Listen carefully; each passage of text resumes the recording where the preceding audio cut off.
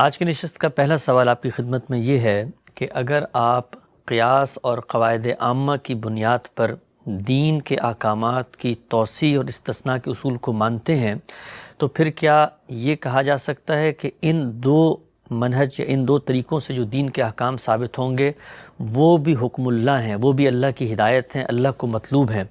اگر اس کا جواب آپ کے ہاں اس بات میں ہے تو پھر سوال یہ پیدا ہوتا ہے کہ آپ فقہ اور شریعت کو الگ کرتے ہیں اور یہی وہاں پہ بیان کرتے ہیں کہ یہاں پر انسان اپنی اجتہاد سے، اپنے فہم سے کسی حکم کی مماثل صورتحال کی توسیع کر رہا ہوتا ہے، تو اگر یہ اجتہاد اور قواعد عامہ کی بنیاد پر بھی دین کی ہدایت کی توسیع ہوتی ہے تو پھر یہ تو ایک ضمنی ذریعہ علم ہوا، تو پھر کیا یہ بھی کہا جا سکتا ہے کہ اللہ کا دین جو آپ بیان کرتے ہیں اپنی کتاب میں کہ قرآن و سنت میں ہے اور وہ محکم قطعی ذرائع سے پہنچے ہیں، تو پھر اجتہادات، توسیع اور قواعد عامہ کی بنیاد پر دینی احکامات کو ضمنی علم کی بنیاد پر، ضمنی فہم کی بنیاد پر سمجھنے والی چیزوں کو حکم اللہ قرار دیں گے؟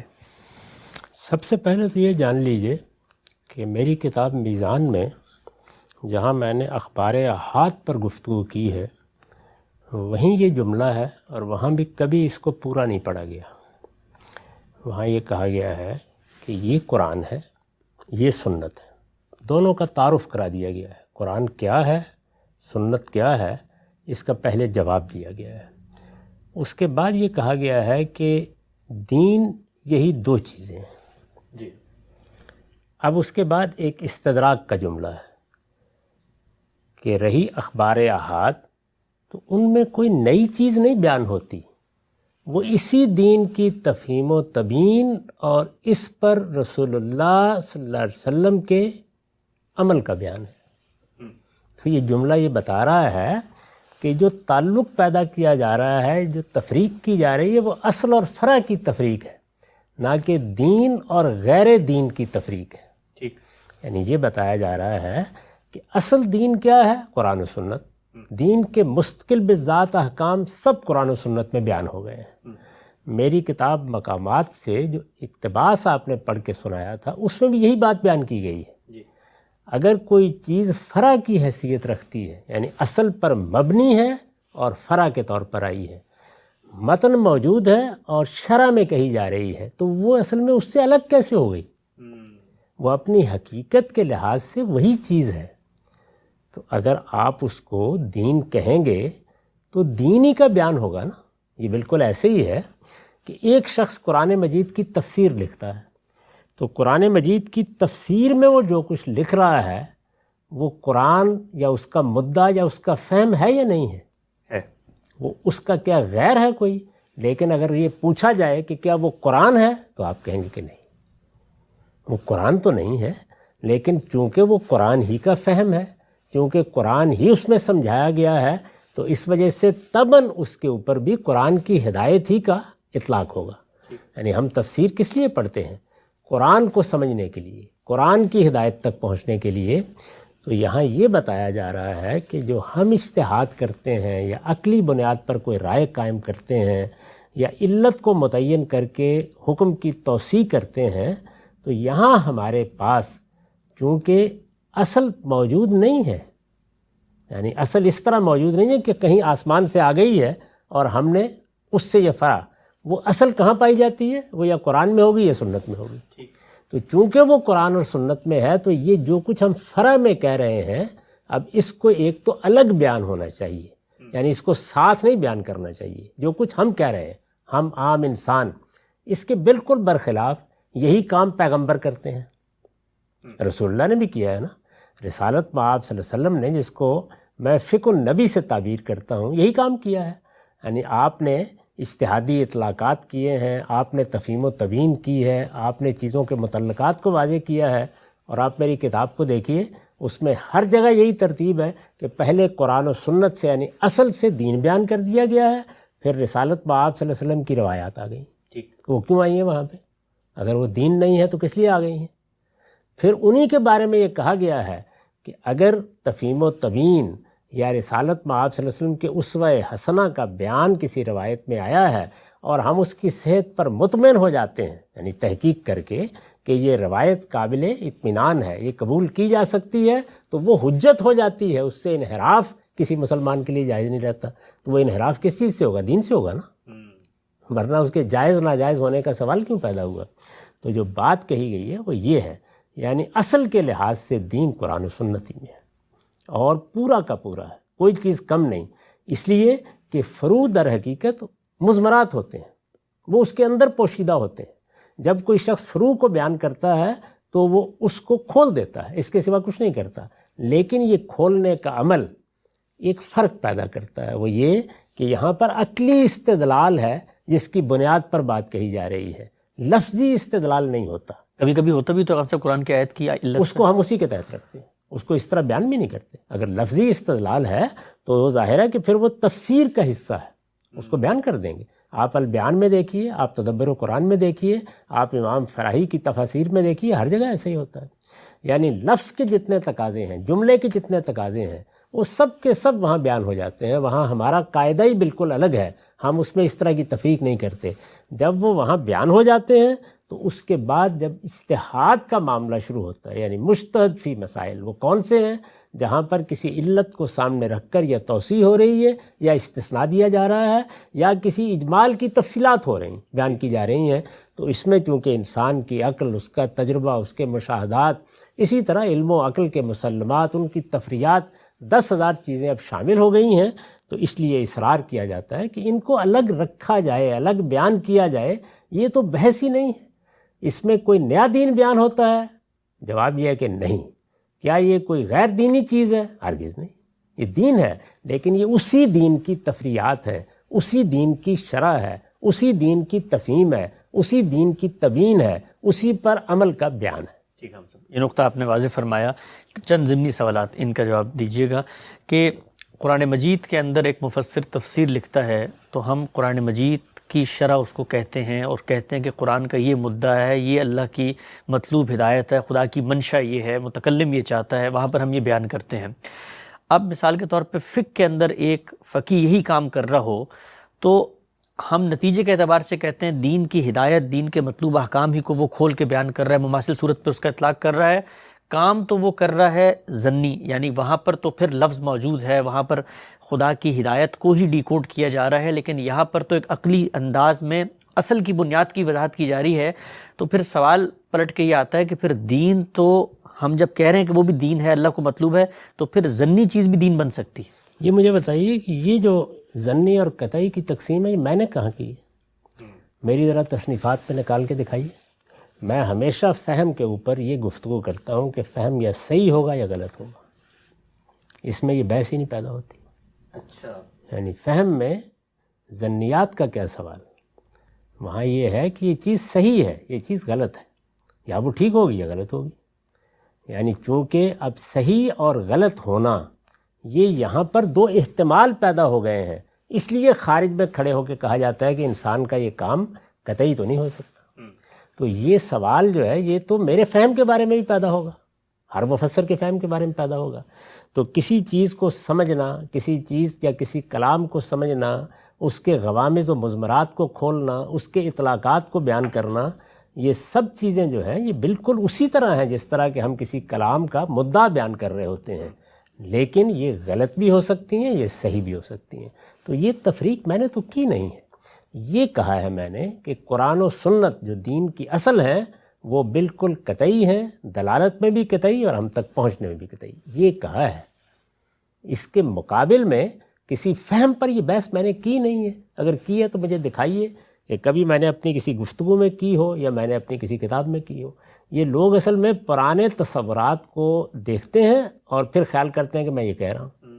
تو میرے نزدیک فہم کے بارے میں یا اطلاق کے بارے میں یا کسی اجتہاد کے بارے میں اصل بحث یہ ہے کہ وہ صحیح ہوتا ہے یا غلط ہوتا ہے، تو وہاں بحث یہ کی جاتی ہے۔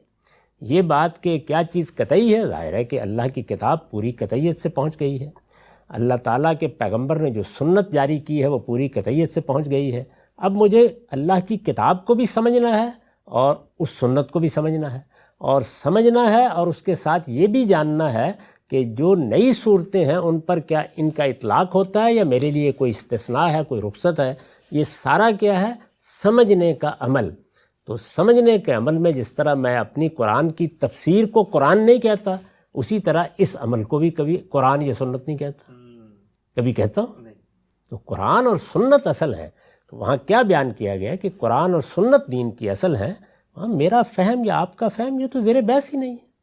تو فرق کیوں کیا جا رہا ہے؟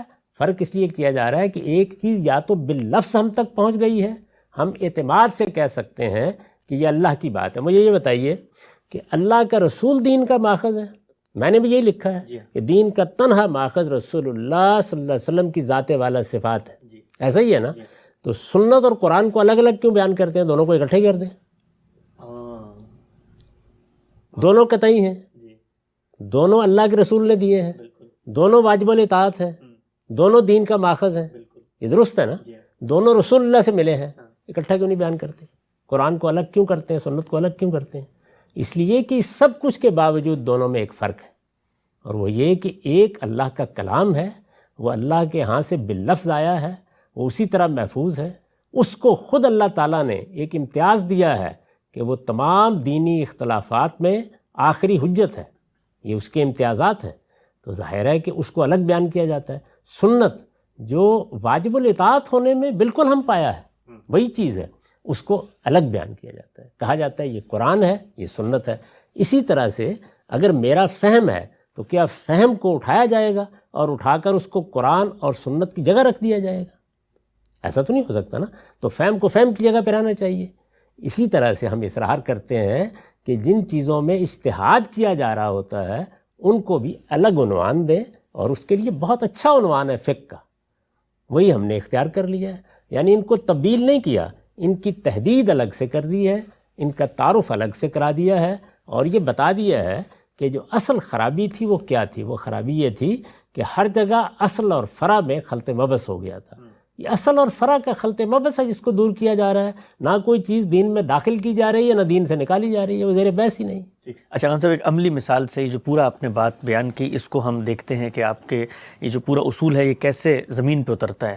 ہم نے آپ سے سوال کیا انسانی سینے میں سور کے دل کے بارے میں. آپ نے دین کی آیات پڑھ کے علت متعین کر کے اور کلام کے عقلی اقتضاءات کو بیان کر کے یہ فرمایا کہ جی آپ کی انڈرسٹینڈنگ کے مطابق دین یہ کہتا ہے یا اللہ کی یہ منشا معلوم ہوتی ہے کہ یہ کام نہیں ہونا چاہیے.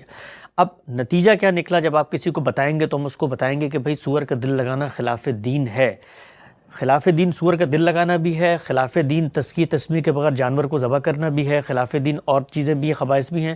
تو نتیجے کے اعتبار سے فرق کیا پیدا ہوا؟ آپ تو یہ فرما رہے ہیں نا کہ خلاف دین ہے، میں اس کو خلاف بہت بڑا فرق ابتدائی میں ہو گیا. یعنی جب میں قرآن مجید کی آیت آپ کو سناتا ہوں اور یہ کہتا ہوں کہ سور کا کھانا اللہ تعالیٰ نے ممنوع قرار دے دیا ہے، تو پورے اعتماد کے ساتھ اس کی نسبت اللہ تعالیٰ کی طرف کرتا ہوں.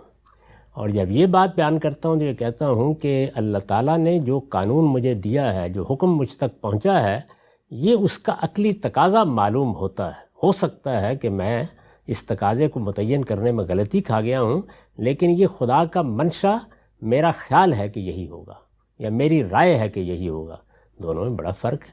یعنی یہ فرق اتنا بدیہی ہے کہ یہ دیکھیے کہ ہمارے ہاں جو جلیل القدر فقہا ہیں وہ اس تک میں احتیاط کرتے تھے کہ اگر کوئی چیز منصوص ہے اور وہ حرمت اور حلت کو یا کسی چیز کو بیان کرتی ہے تو ہم لفظ حرام استعمال کریں گے، ورنہ ہم انا اکرہ، انا احب کے الفاظ استعمال کر لیں گے. امام مالک تو اس کا التزام کرتے ہیں.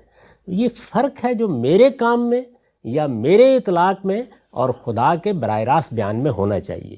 تو ہم تو ہر چیز میں فرق کر رہے ہیں. یعنی قرآن کو کبھی سنت کے ساتھ خلط ملط نہیں کرتے، سنت کو کبھی قرآن کے ساتھ خلط ملط نہیں کرتے، اور جو اجتہادات ہیں ان کو بھی ایک الگ عنوان دیتے ہیں. الگ عنوان دینے سے قیامت کیا آتی ہے؟ اس سے چیزوں کی تنقیح ہوتی ہے، وہ واضح ہوتی ہیں. اچھا یہ بتائیے، یہ ایک ہی تھیں تو پھر آپ نے دین کے 4 ماخذ کیوں بیان کیے؟ قرآن سنت اجماع قیاس، قرآن سنت اجماع قیاس کیوں بیان کرتے ہیں؟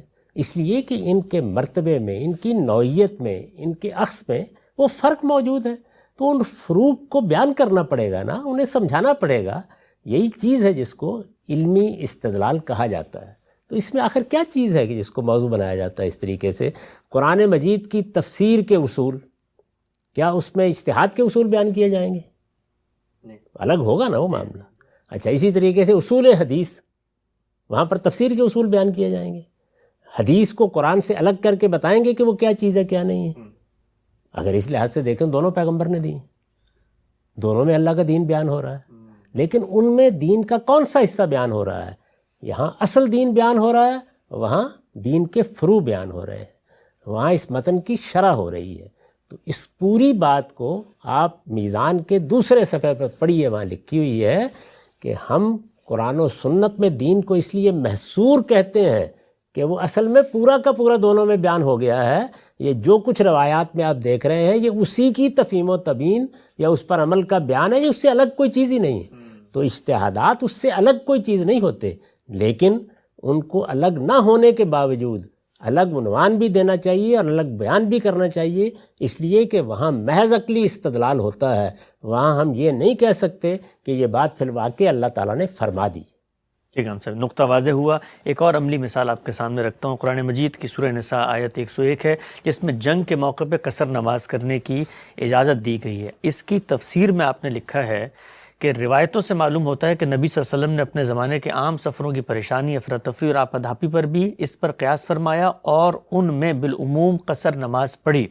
اب سوال یہ ہے کہ قرآن مجید میں تو عام سفروں میں کہیں بیان نہیں ہوا کہ بھئی آپ قصر نماز پڑھ لیں، اور اعتراض یہ کیا جاتا ہے کہ خود غامدی صاحب بھی جب عام سفروں میں قصر نماز کی اجازت دینا چاہتے ہیں تو ان کو بھی البیان میں روایت ہی لانی پڑی، اور روایت لا کے انہوں نے بتایا کہ بھئی عام سفروں میں بھی رسول اللہ نے یہ قیاس فرمایا تھا۔ اب سوال یہ ہے، دو نوعیت کے سوالات ہیں۔ پہلا یہ کہ اگر اصل دین بیان ہو گیا ہے قرآن و سنت میں تو آپ البیان میں روایت کیوں بیان کر رہے ہیں؟ اور دوسرا سوال یہ ہے کہ جو قیاس رسول اللہ نے کیا ہے اس کو تو دین قرار دے کے اصل سے آپ ریلیٹ کر رہے ہیں۔ یہی پوری کتاب میں یہ کیا گیا، اس لیے کہ فقہ النبی ہے۔ یعنی یہ فرق اب دیکھیے میرے اجتہاد میں اور خدا کے پیغمبر کے اجتہاد میں واقع ہو گیا۔ کیسے ہو گیا؟ اس لیے کہ وہ بے خطا علم لے کے آیا ہے۔ وہ اگر کوئی اجتہاد کرے گا اور اس میں غلطی ہو جائے گی تو اللہ تعالیٰ کی طرف سے تصحیح کر دی جائے گی، اور مجھے پابند کیا گیا ہے کہ میں اس کے دنیوی معاملات میں فیصلوں کی بھی اتباع کروں، پیروی کروں، ادنا درجے میں اپنے دل کے اندر بھی کوئی خرابی نہ پیدا ہونے دوں۔ تو میرا اور پیغمبر کا مرتبہ برابر کیسے ہو گیا؟ یعنی ایک عام انسان جس کے پاس وحی نہیں آتی، جس کی باتوں کی تصویب آسمان سے نہیں ہوتی، جو بڑی سے بڑی غلطی کر سکتا ہے، اس کے مقابلے میں ایک بے خطا علم کی حامل شخصیت جس کو خدا نے پیغمبر بنایا ہے۔ تو اس وجہ سے ساری فقہ النبی بیان ہوئی ہے۔ یہی ایک بات بیان کی ہے میں نے، ساری فقہ النبی 1200 کے قریب روایتوں کی صورت میں وہ میں نے اس کا حصہ بنائی ہے، لیکن صحیح جگہ پہ رکھ کے بنائی ہے۔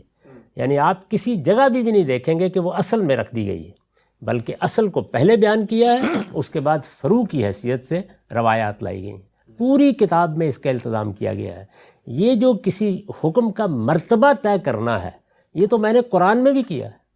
اگر آپ دیکھیں تو اس میں ایک طریقہ اختیار کیا گیا ہے کتاب میں کہ وہاں پر جو آیات اصل حکم کو بیان کرتی ہیں، یا کہیے کہ قرآن میں جہاں شریعت بیان ہو رہی ہوتی ہے وہ سر عنوان ہوتی ہیں، اور اس کے بعد جو توضیحی آیات ہیں جو بعض موقعوں پر خود قرآن کی فقہ بیان کر رہی ہوتی ہیں، یعنی اللہ تعالیٰ توضیح کرتے ہیں، اللہ تعالیٰ تفہیم کرتے ہیں، اللہ تعالیٰ سوال کا جواب دیتے ہیں، اس کو بھی میں اس کے نیچے لاتا ہوں۔ تو یہ ایک ایک جگہ پر اہتمام کیا گیا ہے کہ چیزوں کو ان کی جگہ پر رکھا جائے، ان کے مرتبے کے لحاظ سے رکھا جائے۔ نہ یہ کسی چیز کو نکال دینے کا عمل ہے، نہ کسی کو ڈال دینے کا عمل ہے، لیکن اپنے اجتہادات، فقہا کے اجتہادات، یہ ظاہر ہے کہ عام انسانی کام ہے، اس کو میں نے کسی جگہ کتاب کے اندر داخل نہیں کیا۔ فقہ النبی اس لیے داخل کی گئی ہے کہ وہ فقہ النبی ہے صلی اللہ علیہ وسلم، وہ تو اصل میں اس ہستی کی فقہ ہے، اس کے اجتہادات ہیں جس کو خدا نے اپنی طرف سے میری ہدایت کے لیے معمور فرمایا ہے، جو دین کا خود ماخذ ہے، تو اس لیے وہ بیان کیے گئے ہیں۔ تو یہ چیزوں کو ان کی جگہ پر رکھنا، یہی تو اصل میں علم کی تنقیح ہے۔ یہی کام کرتے رہی ہے ہماری ساری امت اور امت کے علماء، یہ آپ کو بھی کرنا چاہیے، مجھے بھی کرنا چاہیے۔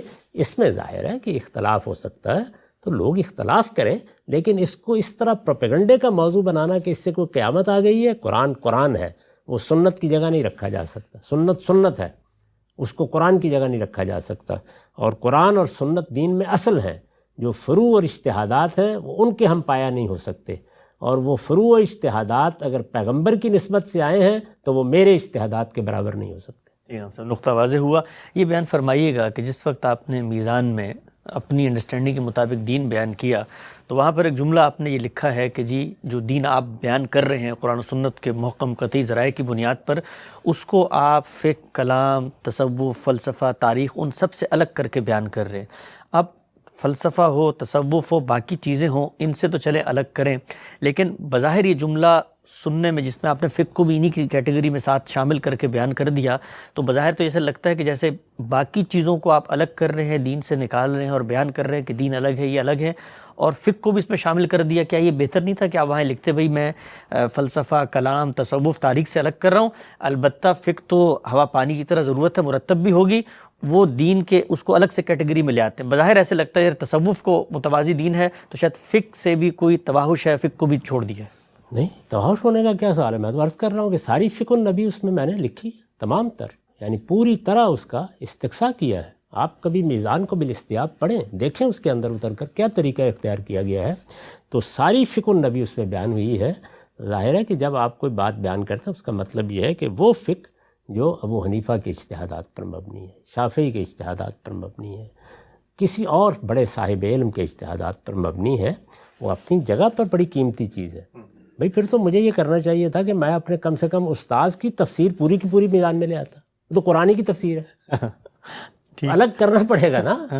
تفسیر کو الگ رکھیے اور دین کو الگ رکھیے، قرآن کو الگ رکھیے، تو چیزوں کو الگ الگ۔ تو وہاں فقہ سے مراد ہے میرا، آپ کا، ہم سے پہلے کے اکابر کا، ائمہ کا کام، وہ انسانی کام ہے، اور انسانی کام میں وہاں ان کے پاس ایک بنیاد ہے جو عقلی طور پر بہت سی جگہوں پر دریافت ہوتی ہے، اور پھر اس کے بعد عقلی طور پر دریافت ہونے والی اس بنیاد میں توسیع بھی ہوتی ہے، اور اس کی بنیاد پر استثناء کا، یہ رخصت کا حکم بھی لگایا جاتا ہے۔ یہ چونکہ کام اپنی نوعیت کے لحاظ سے اللہ تعالیٰ کی طرف سے تصویب حاصل نہیں کر سکتا، کوئی ذریعہ اس کے پاس نہیں ہے، پیغمبر کو یہ تصویب حاصل ہوتی ہے، تو اس لیے ان دونوں میں فرق کر کے اس کو الگ کر دیا گیا ہے۔ الگ کر دیا گیا ہے بھائی، بات یہ ہے کہ اگر میں آپ سے یہ کہوں کہ یہ میں نے چیزیں اپنی کتاب میں بیان کر دی ہیں میزان میں، اور یہ چیزیں میں نے ایک دوسری کتاب میں بیان کی ہیں، آپ یہ دیکھیے کہ پوری مقامات کے اندر میں نے اپنی فقہی آراء کو بیان کیا ہے، تو یہ دین سے تو نہیں نکل گئی، ان کے رکھنے کی جگہ تبدیل کی گئی۔ آخری سوال آج کی نشست کا مختصر غلام صاحب، جب میزان کے آخر میں بھی آپ لکھتے ہیں کہ پورا دین آپ نے اس میں بیان کر دیا ہے، لیکن اپنی عطس کا اظہار کرتے ہیں کہ آپ بھی انسان ہیں، فہم کی غلطی ہو سکتی ہے، تو فہم کی غلطی تو قرآن و سنت کے اصل دین کو سمجھنے میں بھی ہو سکتی ہے، فہم کی غلطی اجتہاد اور کسی قیاس یا علت پر کسی چیز کے اطلاق مماثل صورت ہے اس پہ بھی ہو سکتی ہے، تو فہم کی غلطی تو ہر جگہ ہو سکتی ہے، تو قرآن کی آیت کے ترجمے میں بھی فہم کی غلطی ہو سکتی ہے، تو پھر ہم اگر فہم کی غلطی کی بنیاد پہ چیزوں کو کیٹیگرائز الگ کر رہے ہیں، پھر تو ترجمے کو بھی پھر آدمی الگ کر دے کہ یہ قرآن مجید کا ترجمہ نہیں ہے، یہ تو میرا فہم ہے جو میں نے سمجھا ہے وہ بیان کرتی ہے۔ الگ ہی کرنا چاہیے، ترجمے پر ذرا قرآن لکھ کے دیکھیے، معلوم ہو جائے گا، الگ ہی کرتے ہیں۔ یعنی کبھی آپ ترجمے کو قرآن کی حیثیت سے پیش کرتے ہیں، ہم کہتے ہیں قرآن کا ترجمہ ہے، قرآن کا ترجمہ کہتے ہیں نا، یہ تو نہیں کہتے کہ یہ قرآن ہے۔ اچھا، یہ ترجمہ اگر قرآنی ہو جاتا ہے تو پھر نماز میں بھی پڑھ لیا کریں، پڑھتے ہیں، اس میں اختلاف بھی نہ ہو، کوئی اختلاف ہونے کا سوال ہی نہیں ہے، تو ترجمے کو ترجمے کی جگہ رکھا جاتا ہے۔ کوئی آدمی اگر ترجمے کو قرآن کہہ کے پیش کرتا ہے تو بڑا برخود غلط ہے، نہیں پیش کرنا چاہیے اسے، ہر چیز اس کی جگہ ہی پر آئے گی، ہر حال میں اس کی جگہ پر آئے گی۔ اور یہ جو آپ نے اپنے دینی انڈرسٹینڈنگ کو قرآن و سنت کی بنیاد پر کہا فہم کی غلطی اس میں ہو سکتی ہے، تو اس فہم کی غلطی میں اور اجتہاد میں نے اپنی دینی انڈرسٹینڈنگ کے بارے میں کبھی یہ تصور بھی نہیں کیا کہ وہ کوئی قطعی چیز ہو گئی ہے، لیکن جب میں قرآن و سنت کو بیان کروں گا تو اپنی دینی انڈرسٹینڈنگ تو وہیں بیان کروں گا نا۔ جب قرآن کا ترجمہ کروں گا تو قرآن کو کہیں الگ رکھاؤں گا اور ترجمہ کسی اور جگہ پڑھا ہوگا۔ جتنے لوگوں نے قرآن کا ترجمہ کیا وہ قرآن کی آیتوں کے نیچے ہی لکھا ہوا ہوتا ہے، تو بالکل اسی طریقے سے میزان میں جو میرا فہم ہے وہ اس تصریح کے ساتھ کہ یہ میرا فہم ہے اس کے نیچے ہی لکھا ہوا ہے، ایسا ہی ہونا چاہیے۔ تو ہر چیز اپنی جگہ پہ ہوگی، اور اگر وہ الگ ہے تو الگ ہی حیثیت سے اس کو پیش کیا جائے گا۔